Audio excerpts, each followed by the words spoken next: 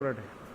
हाँ, मैं केवल ये कहना चाहता हूँ, जहां तक वार्ता का सवाल है, बार बार पहले भी चिट्ठी आती थी आप लोगों की। आज मैं कह रहा हूँ, आप समय, स्थान, तारीख नियत करिए। अगर किसान ना पहुंचे तो कोड़े बरसा देना उनके ऊपर, कोई दिक्कत नहीं होगी। और जहां तक आप ये रेप और फलाने की बात कर रहे हैं, कोई अरे बिना शर्त बात करने के लिए समय रख दीजिएगा, किसान वहां पहुंच जाएंगे। आपने वार्ता तोड़ी हुई है, तो आज आपने वार्ता करने के लिए आगे तरह तरह की शर्तें लगाई हुई हैं। पुष्पेंद्र भाई, आप सुन नहीं रहे मेरी बात। नियत करिए ना समय। मंत्री जी ने आज भी कहा। नहीं, मैंने सुन ली। आप भैया समय तो बताओगे, जगह तो बताओगे, या वहां पे वार्ता? दूसरी बात जो आपने कहा रोड ब्लॉक करके बैठे तो ये तो आप सारा देश जो अगर आप मैदान में समय की आकर के बात प्रदर्शन करता है, तो सुन तो लीजिए भाई, मैंने आपके बीच में नहीं बोला ना, मेरा निवेदन है। बोलिए। सारा देश रामलीला मैदान आकर के प्रदर्शन कर सकता है। हम आ रहे थे रामलीला मैदान के लिए, हम रामलीला मैदान के लिए घर से निकले थे। आपने रोका हमें वो रोड पर, हमने नहीं रोका। और एक तरफ रोका हुआ है, दूसरी तरफ मनोजीत मंडल का मैं रुक करता हूं। अब आपने अपनी बात को रखा। पुष्पेंद्र जी आपका शुक्रिया, आपने अपनी बात को रखा। मैं मनोजीत मंडल का रुख करता हूं। मनोजीत मंडल, मैं सीधा आपका रुख करता हूं। आपके सांसद साहब को आज कागज छीनकर फाड़ने से क्या मिल गया, मैं ये जानने की कोशिश कर रहा हूं। क्या ये सदन की गरिमा है? नहीं, अगर सदन ठीक से नहीं चल रही है, इसका जिम्मेदार पूरा जाता है जो है रूलिंग पार्टी। क्यों नहीं चल रहा है उनको तो पता होना चाहिए। जायज बात है कि रूलिंग पार्टी पे जिम्मेदारी जाती है। मैं जानने की कोशिश ये कर रहा हूं आपसे, कागज फाड़ के, मनोजीत दादा आप तो बड़े पढ़े लिखे हैं, इतने बड़े प्रोफेसर। नहीं, ये तो पहली बार नहीं हो रहा है ना। जब बीजेपी आप मुझे बताइए, कागज फाड़ के सदन कितनी चल जाएगी? सदन तो चली रही थी ना। एक सेकंड मनोजीत दादा, सदन तो चली रही थी ना।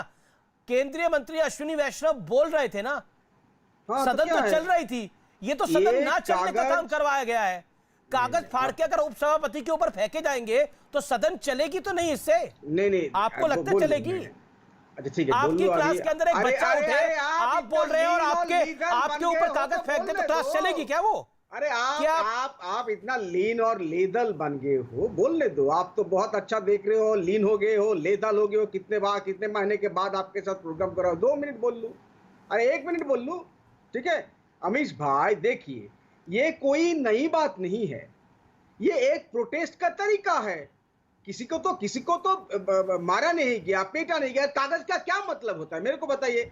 जब ये मामला सीधा इतना गंभीर है कि वो आरोप लगा है कि पेगासस एक जो सॉफ्टवेयर है, एक जो मशीन है, उनको इस्तेमाल करके आप लोगों के घर में झांक रहे हो, चाहे पॉलिटिकल लीडर हो, आपके फ्रेटर्निटी के लोग हो, ऑपोजिशन हो, और खुद का पार्टी का हो। तो इसमें जांच होने से क्या प्रॉब्लम है?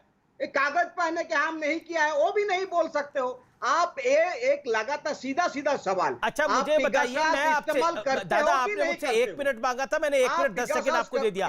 दादा मेरा सवाल सुन लीजिए, और एक एक करके जवाब दीजिए। एक संवाद करते हैं ना, एक रैपिड फायर राउंड करते हैं आपके साथ। आप मुझे बताइए, सदन का ये गरिमामय तरीका है कागज फाड़ के उपसभापति पे फेंकना, मंत्री से कागज छीनना, क्या ये गरिमामय तरीका है? और अगर यही काम कोई दीदी के साथ करेगा तो आप उसका स्वागत करेंगे? मैं जानना चाह रहा हूं आपसे। अरे बाप रे बाप, दीदी के साथ क्या किया शुभेंदु अधिकारी? दीदी के साथ अगर ऐसा कोई कार्य करेगा तो आप स्वागत करेंगे इस बात का? कागज से फेंकेगा तो? प्रधानमंत्री जी, मैं सवाल कर रहा हूं आपसे। प्रधानमंत्री जी के प्रेजेंस में किया जो मीटिंग है, सरकारी मीटिंग, वहां एक पॉलिटिकल लीडर को आप घुसा देते हो। ये क्या गरिमा हुआ था सरकारी मीटिंग का? जो मीटिंग हुआ था वो जो स्टॉप साइक्लोन के बाद, देखिए वो बीजेपी क्या गरिमा? अच्छा मुझे बताइए, किसी को बैठक में बुलाना और किसी के ऊपर कागज फेंक देना एक ही बात है? अरे अमीश जी, बीजेपी का जो राइज है ना, आप इतिहास देख लीजिए। बाबरी मस्जिद डेमोलिशन लगातार, अरे बाप रे बाप, त्राही मच गया था पूरा देश में, 1-2 जगह में नहीं। लेकिन आप पैसा का बीजेपी से पार्टी, आप टेपिंग का, रिकॉर्डिंग का रो रहे हैं। एमनेस्टी जो कि इसकी सूत्रधार है, उसने क्लैरिफाई किया है कि 50,000 phone numbers are not directly related to NSO. Amnesty has never presented this list to NSO. ठीक है, मान लेते हैं Pegasus spyware list. ठीक है, अच्छी बात है आपके बात। Although some of the words media may have done so, वो क्लियरली मना कर रहा है मिनिस्ट्री। अरे सुनिए, हाँ बोलिए। आपका विशाल अंतर है, मैं आपके पास आऊंगा, लेकिन चरण सिंह सापरा और गौरव भाटिया का मुझे रुक करना पड़ेगा। दोनों काफी देर से इंतजार कर रहे हैं। एक सेकंड सर, आपने अपनी बात को रखा। आप फ्रीज भी हो गए हैं। गौरव भाटिया, मैं आपकी बात आता हूं। चरण सिंह सापरा एक बारी बोल ले, फिर मैं आपकी बताता हूं। चरण सिंह सापरा, क्या यह सदन में गरिमामय तरीका है, कागज फाड़ के फेंक देना उपसभापति पे? You endorse it? देखिए अमीश जी, एंडोर्स करने की बात तो नहीं है, लेकिन मैं आपको बता दूं कि ये जिस तरह से मनोजीत मंडल कह रहे थे कि ये कोई पहली बार नहीं हुआ है, और भारतीय जनता पार्टी भी जब विपक्ष में रही है तो ऐसी चीजें हम देखते रहे हैं। तो और बीजेपी को फॉलो कर रहे हैं चलाते समय स्पीकर के पास बहुत से अधिकार होते हैं, स्पीकर के पास बहुत से अधिकार होते हैं, और स्पीकर इस तरह के बर्ताव के खिलाफ कुछ एक्शन भी ले सकते हैं। तो सवाल ये नहीं है कि ये पहली बार हुआ है या कई बार हुआ है।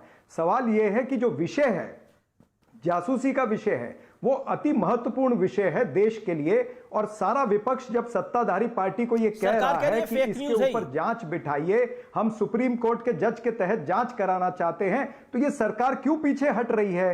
ये सरकार प्रोब क्यों नहीं कराना चाहती है, जांच क्यों नहीं कराना चाहती है? जब फ्रांस करा सकता है, जब इजराइल, जहां पर एनएसओ का जन्म हुआ है, जब इजराइल करा सकता है, फ्रांस करा सकता है, तो भारत की सरकार क्यों नहीं करा सकती? अगर ये पाक साफ है तो इनको जांच के लिए आदेश दे देने चाहिए, और सुप्रीम कोर्ट के सिटिंग जज के तहत जांच होनी चाहिए, जुडिशियल इंक्वायरी होनी चाहिए।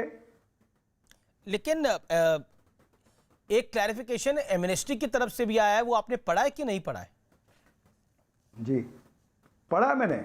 तो उसमें क्या लिखा हुआ है? उसमें लिखा हुआ है कि जो 50,000 फोन नंबर्स थे, they are not directly related to the NSO. Amnesty has never presented this list as NSO's Pegasus spyware list, although some of the words media may have done so. ये कुल मिलाकर आया है।